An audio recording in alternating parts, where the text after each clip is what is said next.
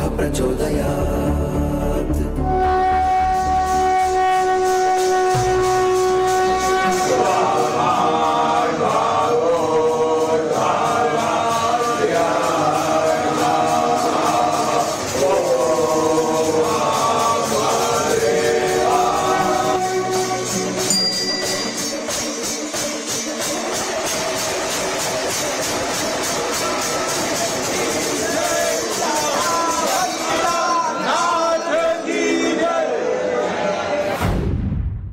आज हम महाकाल के द्वार पर मौजूद हैं। अंदर आरती चल रही है और टाइम्स नाउ नव भारत पर हम आपको इस विशेष आरती को दिखा भी रहे हैं और आज आपको इस विशेष आरती में क्या हो रहा है, उसका क्या महत्व है, वो भी बताते जाएंगे। हमारे साथ महेश जी मौजूद हैं जो अंदर कई बार आरती कराते हैं और आज विशेष तौर पर हमारे साथ मौजूद हैं इस आरती की एक एक प्रक्रिया को समझाने के लिए।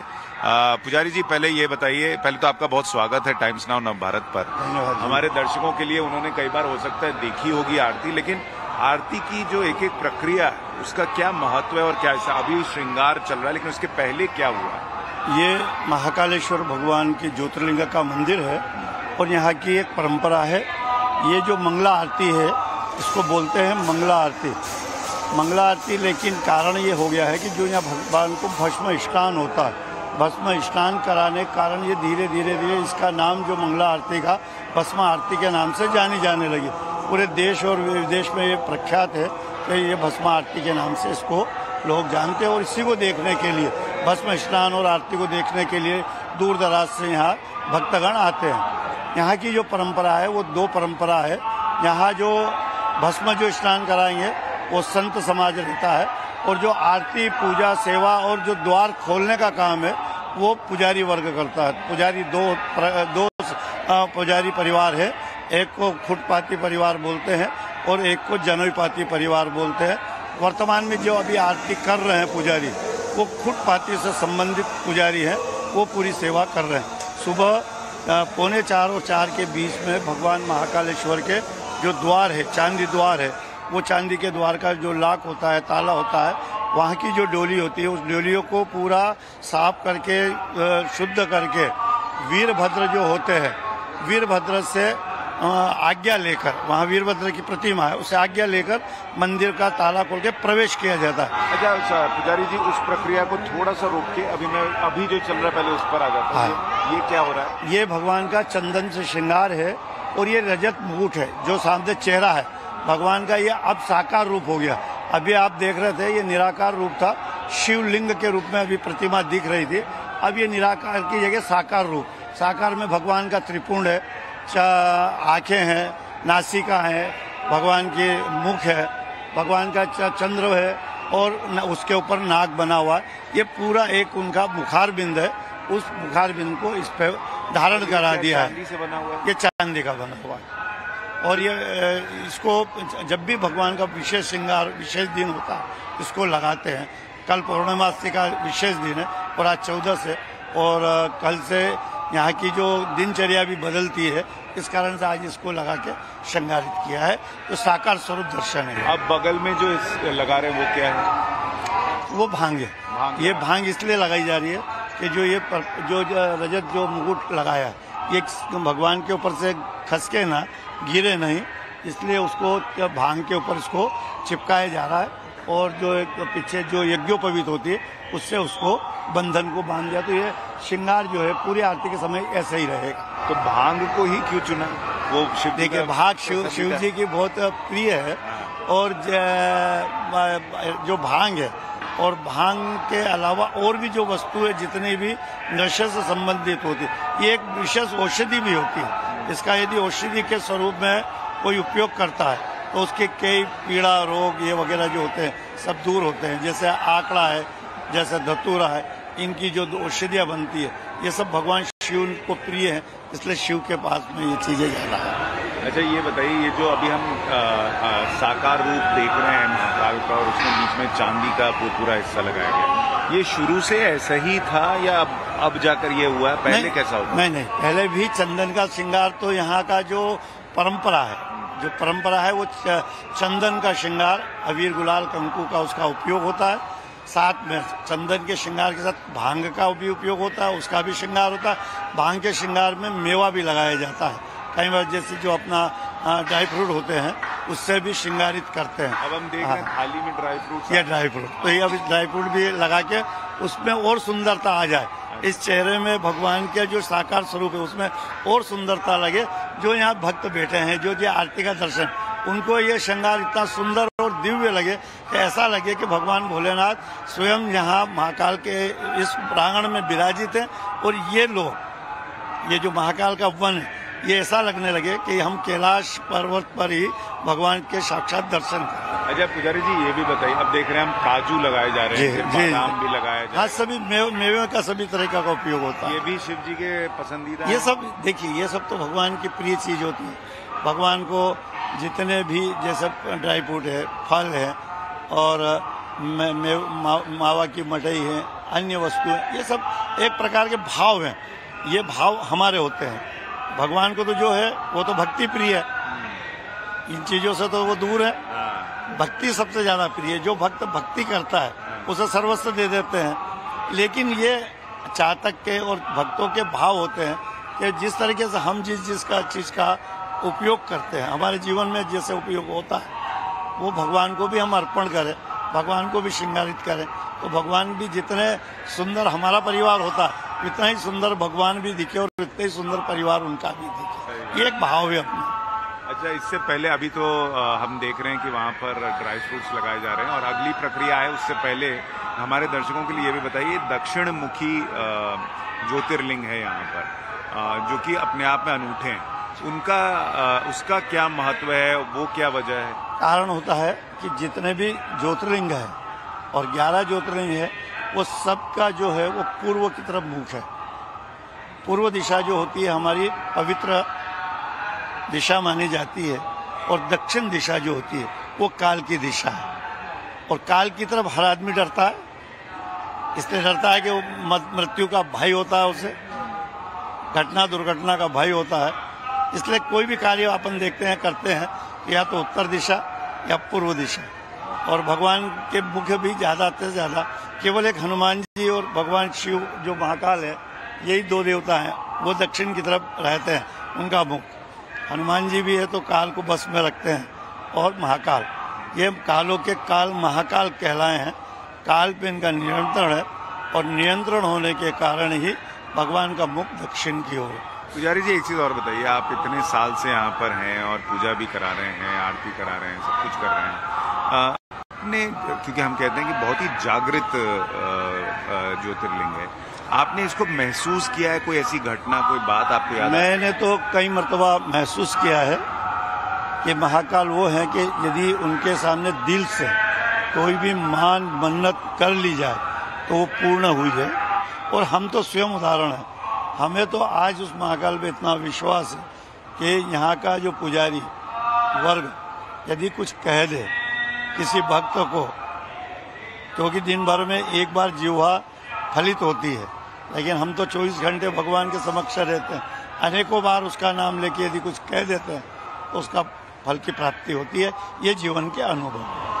अच्छा, अब हम देख रहे हैं भांग जो है वो शायद मूंछ के नीचे भी लगाई गई है, उसको स्टेबल करना। हाँ, वो ये सिर्फ ये है कि जो आकार रूप दे दिया है भगवान का, जो ये रजत मुकुटों से, ये कहीं बीच में भी जो आरती होगी, जब तक ये रहेगा, आरती होते ही इसे उतार देंगे, फिर से निराकार स्वरूप होगा, तो ये कहीं खसक न जाए, क्योंकि भजन होता है उसमें, इसलिए उसको ऐसा कर दिया जाता है कि तब तक आरती तक किसी भी प्रकार का श्रृंगार में कोई व्यवधान किया। अब ये पंखनुमा, मोर पंखनुमा कुछ लग रहा है, क्या है? उधर देखिए थाली में, ये तो ये सब श्रृंगार के फूल वगैरह होते हैं अलग अलग, जैसे तो अब ये इनको फूलों से श्रृंगारित, जहाँ जैसे यहाँ गाल होते हैं, कर्ण होते हैं, ये कर्ण लगा, कान लगाए हैं। अच्छा। भगवान के कान के साइड बना, अब इनमें वो कुंडल वगैरह जैसा इनमें लगा देंगे, जिससे कि ये कुंडल वगैरह वो आकार पूरा जैसे एक श्रृंगार होता है ना भगवान का, जैसे कुंडल पहन रखे हैं, माला पहन रखी, ये सब, ये उसका एक दर्शक का दर्शन हो भक्तों को, वो कोशिश की जाती है।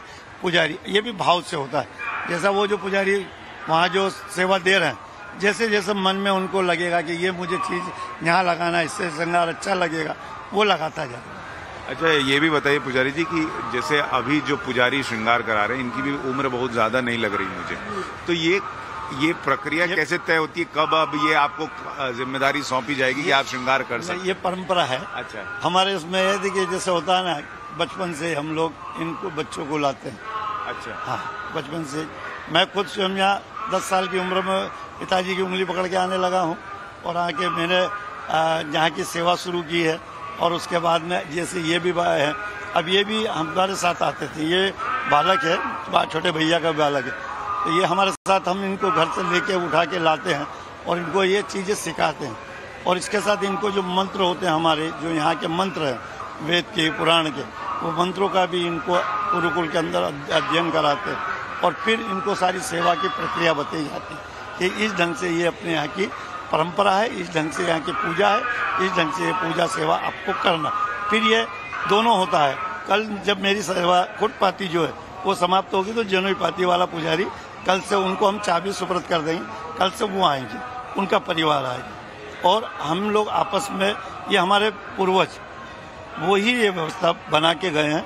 उसी व्यवस्था में कोई ज्यादा लिखा पढ़ी नहीं होती, किसी प्रकार का नहीं। एक व्यवस्था है, पूर्णम आरती करिए, आपको चाबी भेज दी, ऐसी व्यवस्था से सारी व्यवस्था हमारी चलती है।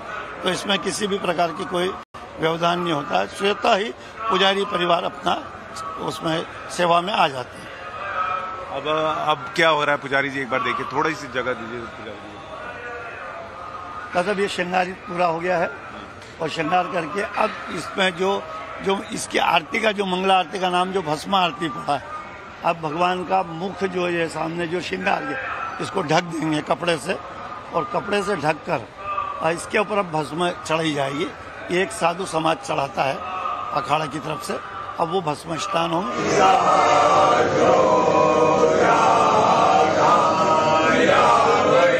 5 मंत्रों से, अघोर मंत्रों से ये भस्म का स्नान होगा। भस्म आरती का महत्व क्या है? और अब कहते हैं कि पहले जो है वो भस्म शमशान से लाते थे, अब शायद बदल गया, अब उसका, ये बिल्कुल सरासर गलत है। क्यों दंती है? भगवान शिव को एक तरह से और शिव की परंपराओं को कुछ लोगों ने इसको बदनाम किया है। शिव तो कैलाशवासी है, न तो वो शमशानवासी है न और कुछ है, कैलाशवासी है। कैलाश में जिनका निवास हो वो स्वर्ग से भी सुंदर माना गया है। अवंतिका भी स्वर्ग से सुंदर है क्योंकि यहाँ भोलेनाथ साक्षात प्रथम देवता के रूप में यहाँ विराजित है। कालों के काल, महाकाल, ये इस पूरी मृत्यु लोक का, पूरे विश्व के ये मृत्यु के राजा है, क्योंकि जहाँ मृत्यु होगी उसके राजा ही है। तो ये राजा वो हैं। भस्म कभी भी भगवान भोलेनाथ के ऊपर साकार स्वरूप भगवान ने भी अपने ऊपर ने धारण की और यहाँ निराकार रूप में भी इस मंदिर में भस्म मुर्दे की नहीं चढ़ाई जाती है, नहीं चढ़ाई जाती, कभी नहीं हुई है। ये तो बहुत बड़ा भ्रम लोगों के अंदर जो पैदा है, मैं आपके चैनल के माध्यम से, आज अच्छा योग है, ये मैं कहना चाहूँगा भक्तों से कि यहाँ भगवान महाकाल को किसी प्रकार के मुर्दे की भस्म नहीं चढ़ाई जाती है।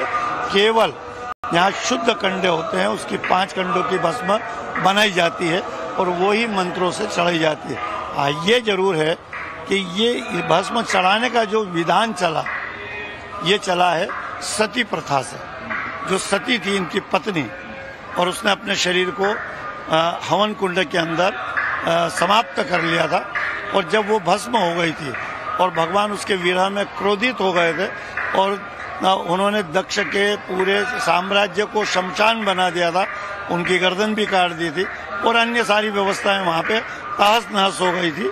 और जब वो भोलेनाथ वहाँ जब गए और उस कुंड में से सती का जो शव था उसको जब उठाया उन्होंने और अपने शरीर पे लगाया, तो वो जो भस्म है वो भस्म भगवान पे लगी है।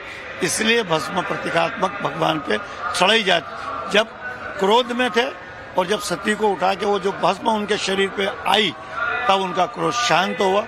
शांत होने के बाद उन्होंने अपने शत्रु का सिर भी लगवाया और पुनः दक्ष के राज को साम्राज्य को स्वर्ग बनाया और भगवान सती को लेके वहां से चले हैं। जिसके जो शक्तिपीठ 52 जगह शक्तिपीठ बनी है वो उसी के अंगों से बनी है। इसलिए भगवान पे भस्म चढ़ाने का विधान है। देखिए, ये बहुत अहम जानकारी आप दे रहे हैं कि एक तो यहाँ पर जो लोगों का भ्रम है कि मुर्दे के भस्म जो है वो महाकाल पर चढ़ता है, ये नहीं है। वहाँ कंडे जो हैं उसका भस्म चढ़ता है, और वो भस्म क्यों चढ़ता है उसके बारे में भी पुजारी जी ने बताया कि क्या पौराणिक कहानी है कि कैसे शिवजी जो क्रोधित थे वो सती के भस्म से ही जाकर शांत हुए, इसलिए वो पूरी परंपरा यहाँ पर है। इसके अलावा भी कहीं और भस्म आरती होती है? यहीं होती? नहीं, केवल भस्म आरती एक ही ज्योतिर्लिंग महाकाल है, यही होती है। हाँ, बाकी जितने 11 ज्योतिर्लिंग जो है वहाँ भस्म ऐसे लगाई जाती है, धारण करी जाती है ऐसे त्रिपुंड स्वरूप। जब भस्म चढ़ेगी तो वो मुखारबिंद खराब न हो, इसलिए भगवान का मुख को ढाक दिया है। पूरे भस्म स्नान होने के बाद फिर ये निकालेंगे और फिर हल्के हाथों से भस्म उसके ऊपर भी श्रृंगार पे भी लगाई जाएगी, तो पूरे शिवलिंग पे वो भस्म धारण होगी। अच्छा, श्रृंगार जो होता है इसका भी अलग अलग रूप है या हर बार ऐसा ही श्रृंगार? नहीं, अलग अलग रूप होता है। जो जैसे पुजारी का भाव आ जाता है उसी भाव से श्रृंगारित होता है। अच्छा। हाँ, आज अभी ये मुखौटा लगा दिया, कहीं कभी मुखौटा नहीं लगाते हैं। हमारे पास में कई तरह के चांदी के रजत के आभूषण बना रखे हैं, वो लगाते हैं, धारण कराते हैं, तो ये भाव पे होता है। और कई मरतबा बिल्कुल ही साधारण श्रृंगार होता है जिसमें केवल चंदन का ही होता है और उसमें कंकु और इसी से किया जाता है, तो ये भाव के ऊपर है। तो यहाँ तक भी होता है कि कई मरतबा इन पे हम गणेश जी की प्रतिमा को भी उकेर देते हैं। अच्छा। अब कई मरतबा भगवान शिव पार्वती का अर्धनारीश्वर का भी श्रृंगार उकेर दिया जाता है, कई मरतबा कृष्ण रूप भी दे दिया जाता है। ऐसा एक भगवान का भाव से इसके ऊपर श्रृंगार पे बना दे। अब ये क्यों हो रहा है, महिलाएं नहीं देखती? ये कारण है कि जब भोलेनाथ विरह में कैलाश से दौड़ते हुए वहाँ गए थे, तब वो उनका विरह इतना था और क्रोध इतना था कि उन्हें ये नहीं मालूम हुआ कि मेरे आभूषण कहाँ गए, मेरा बागंबर कहाँ गिरा और मैं कब नग्न अवस्था में हो गया। और जब तक वो वहाँ पहुँचे तब तक उनकी पूर्ण नग्न अवस्था थी, और वो नग्न अवस्था होने के कारण जब उसको सती को उन्होंने उठाया और जब उसको धारण किया तब उन्हें पता पड़ा कि मेरी अवस्था नग्न है। तो उस अवस्था के कारण महिलाओं को देखने से 2 मिनट के लिए एक मर्यादा आई है, इसलिए ये घूंघट ढांकने के लिए कहा जाए।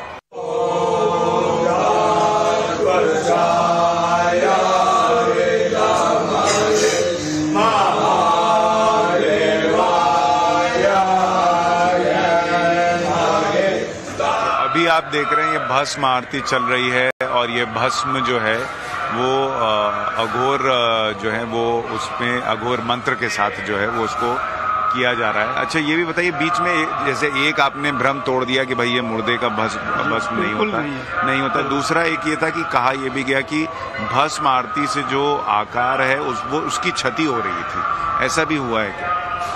जो नहीं, कारण क्या हुआ है कि जो शिवलिंग है उस पे हजारों वर्ष पुराने हैं, ये तो सतयुग से लिंग है, लेकिन इसमें जो धीरे धीरे क्या होता है, आजकल केमिकल ज़्यादा मिलने लग गया, तो वो वस्तु जो ज़्यादा चढ़ती थी उस वस्तु के कारण धीरे धीरे उसकी कहीं न कहीं परत उस पर से निकलने लगी थी। उस कारण से अभी सुप्रीम कोर्ट ने भी संज्ञान लेकर उन सभी जैसे पूजा पद्धति में कोई भी मनाही नहीं है, जो परंपरागत पूजा है वो सब होती रहेगी, लेकिन आम जनता को प्रतिबंधित ये कर दिया कि 1 लोटा जल और 1 लोटा दूध, इससे अधिक मात्रा में कोई वस्तु भगवान को नहीं चढ़ती। पुजारी जी, अब आप बताइए क्या हो रहा है? भस्म ये स्नान है, बस मंत्र चल के पूरी जलाधारी जो है और पूरा शिवलिंग के ऊपर भस्म गिरी जा रही है। जलाधारी सती का स्वरूप माना जाता है, और ये जो सर मस्तक से जब शरीर को टच करती है, शिवलिंग को टच करती है, जलाधारी में आती है, तो शिव और शक्ति दोनों का जो मिलन है, उस शिव और शक्ति के स्वरूप में ये जो भस्म है ये इतनी शक्तिशाली और पावरफुल हो जाती है कि आपको मैंने अभी कही है कि जिस किसी को दे दो उसका मनोरथ पूर्ण होता है। ये भी एक तरह का प्रसाद है? प्रसाद है, पूर्ण प्रसाद, पूर्ण रूप में। और सबसे ज्यादा महत्व ये जो प्रसाद जो चढ़ाई जाती है उससे विशेष महत्व भस्म का, क्योंकि भगवान तो ओगरदानी भी माने गए, वो ना तो अपने पास चांदी सोना धन दौलत कुछ रखते नहीं, इनके पास तो यही मिलेगा सारा, भस्म मिलेगी, धतूरा मिलेगा, भांग मिलेगा, सर्प मिलेगा, उनके पास वो चीज मिलेगी जो सारी संसार ने त्यागा है, देवताओं ने त्यागा, मनुष्य ने त्यागा, वो उसको सबको अंगीकार करके सबको एक समन्वय दिया है कि मैं वो देव हूँ, मैं वो भोलेनाथ हूँ कि मेरे यहाँ सभी की पूजा, मैं सभी को सम्मान देता, वो सम्मान का। ये आपने कमाल की बात बताई कि जिसको सब त्याग देते हैं उसको महाकाल स्वीकार। अब देखिए अब जो है कहा जा रहा है कि महिलाएं अपना पर्दा हटा सकती हैं। दिखाइए एक बार, भस्म आरती पूरी होने के बाद महिलाओं को कहा गया अब अपना पर्दा हटा लीजिए। और जैसे पुजारी जी बता रहे थे उसकी एक कहानी है कि क्यों उस वक्त जब सती जी को उन्होंने अपनी गोद में उठाया तब महादेव को पता चला कि वो नग्नावस्था में है, इसलिए जब ये भस्म आरती होती है तब महिलाओं को कहा जाता है कि आप चेहरा जो है वो ढक लेंगे। केवल वो मर्यादा है, स्त्री पुरुष की एक मर्यादा होती है। अपन देव है वो, और देव नग्न को अपन को स्त्री देखे तो वो एक मर्यादा है। बाकी कोई अब तो आजकल अब जैसे टीवी पे चलेगा तो देखेंगे ही लोग, तो एक इस स्थान की मर्यादा है।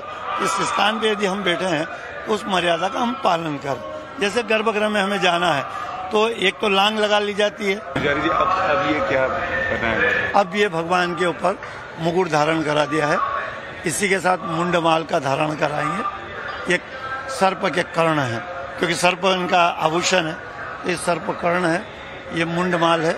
ये प्रतीक इसलिए है कि जो भक्त हैं उन भक्तों जो प्रिय भक्त थे उनकी प्रतीकात्मक ये जो शरीर था वो भी भगवान के समक्ष उन्होंने अपने पास में बिठाया है, इसलिए इस मुंडमाल का धारण किया। अच्छा, इसमें कितने मुंडमाल में कितने मुंड होते हैं? 11 है। 11 होते हैं। उसकी भी वजह है 11? नहीं, ऐसा कोई वजह नहीं। अब और ये जो माला, ये रुद्राक्ष की माला है, रजत से बनी हुई है, और रुद्राक्ष शिव को प्रिय है क्योंकि उनके आंसू से ही रुद्राक्ष बने हैं, तो ये रुद्राक्ष बड़े प्रिय है। तो ये भगवान को ये फूल माला है, इससे भगवान को श्रृंगारित फूल माला से। और जो लोग घर पर हमारा ये कार्यक्रम देख रहे हैं, मैं उनको बताऊं यहाँ पर एक तो माहौल तो भक्ति में है, वो तो समझ में आप समझ सकते हैं, लेकिन आप जब ये साकार रूप भगवान का देखते हैं, ये इतना अलौकिक लग रहा है, इतना शानदार लग रहा है, इसको देखकर ही अंदर से महसूस होता है कि कुछ बहुत खास जो है वो आप देख रहे हैं। बिल्कुल ये सत्य है। और अभी तो आप जब आरती प्रारंभ होगी और इसमें एक 2 सेकंड का जो एक दृश्य अभी आप अपन देखेंगे, जिस वक्त पूरा गर्भगृह में जो लाइट जो जल रही है इसको बंद कर देंगे और ज्योत में जब भगवान का दर्शन आप करेंगे तो ये साक्षात भगवान इस भोलेनाथ लगेंगे कि इस प्रांगण में और इस गर्भगृह में विराजित हैं, और आपको रोमांचित हो जाए। ये जितना भक्त खड़ा अपने आप इनसे पूछेंगे तो ये कहेंगे कि हमारे रोंगटे खड़े हुए, आपको साक्षात भोलेनाथ के दर्शन, वो दिव्य दर्शन। ये वस्त्र है, ये अलग अलग लेयर पे है। ये सभी भक्त ने जैसे यहाँ बैठे हैं उन भक्तों ने भगवान को चढ़ाने के लिए दिए हैं, वो सब धारण करा दिए। पुजारी जी, अब ये वस्त्र भी धारण हो गया, अब इसके बाद क्या होगा? बस अब ये वस्त्र धारण के बाद अब जो भगवान को भोग लगाने की प्रक्रिया होती है, सारे भोग भगवान के समक्ष भक्तों के दिए हुए भी, और जो हम पुजारियों की ओर से लाए जाते हैं वो सब जलाधारी और पाठ के ऊपर रखेंगे। अब कुछ और मिष्ठान लाए गए वो चढ़ाने? हाँ, वो जितने भी मिष्ठान भक्तों के और हमारे आए हुए हैं वो सब भगवान को रख दिए गए हैं। अब भगवान की जो चवर उड़ाया जा रहा है, जिसे भगवान को कहते हैं ना कि हम हवा करना, तो भगवान को अब हवा करी जा रही है, उनको चवर उड़ाया जा रहा है। भगवान महाकाल का तो जो है गुणगान हो ही रहा है, जय महाकाल की वो चली रही है भजन।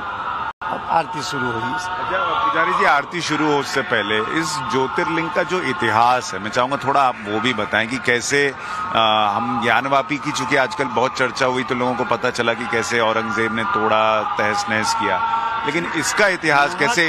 इतिहास तो ये रहा है कि यहाँ आक्रमण हुआ होगा, लेकिन इस प्रतिमा तक कोई पहुंच नहीं पाया। जूना महाकाल के नाम से भी एक प्रतिमा, क्योंकि पूर्वज लोग थे उनको पता था कि ये प्रकार के आक्रमण होंगे, मंदिर को तहस नहस भी होगा, सब होगा, लेकिन यहाँ नहीं हुआ। यहाँ जब ये आक्रमणकर्ता लोग आए भी होंगे तो उन्हें भगवान महाकाल का चमत्कार दिखा है, और उस चमत्कार के कारण यहाँ सनद मिली हुई है।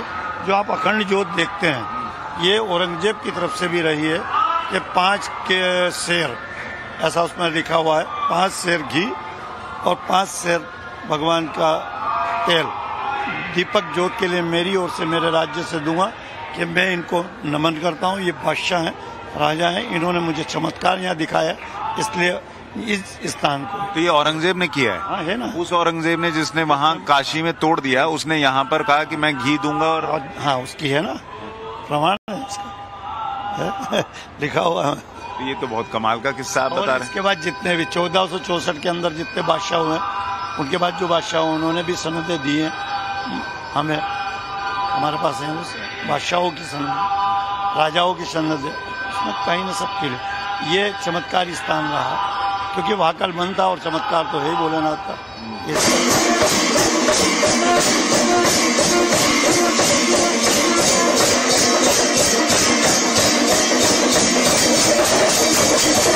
आरती प्रारंभ है।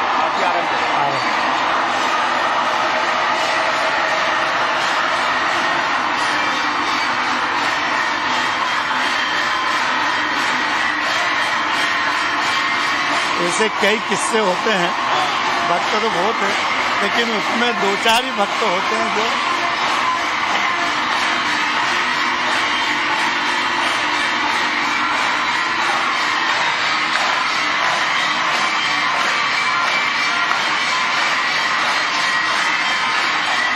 ये न्योछावर है।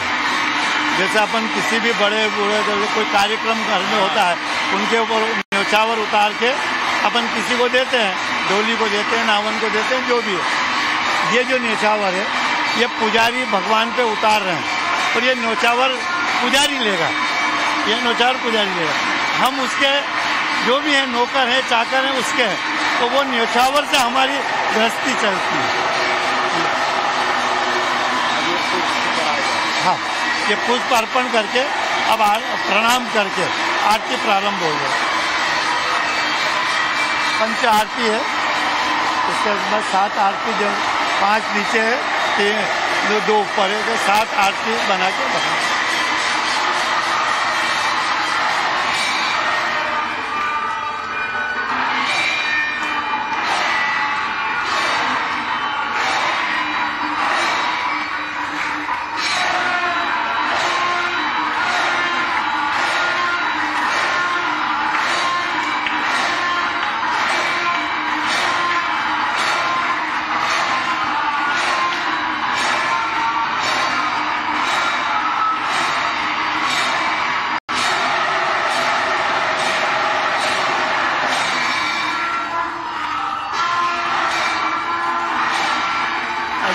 गणेश जी की आरती की जा रही है।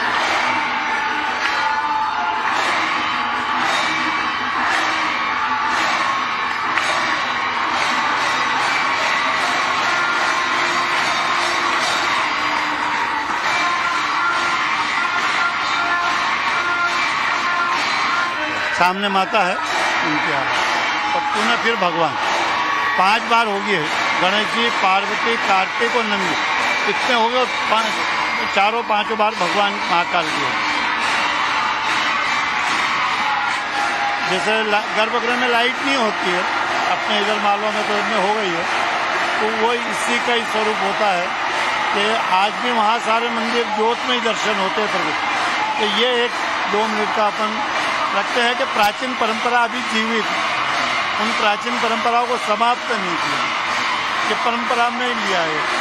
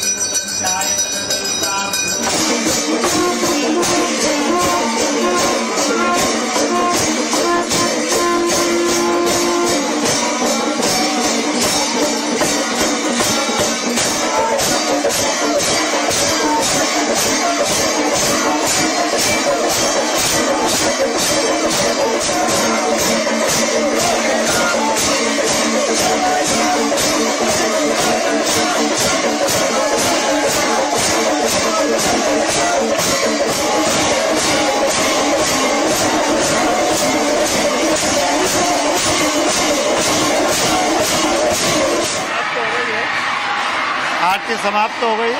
अब केवल मंत्र पुष्पांजलि और प्रार्थना जो होती है, जो त्रुटि लग गई हो सेवा में, तो मंत्रहीनम क्रियाहीनम की प्रार्थना करके और ये समापन हो जाए।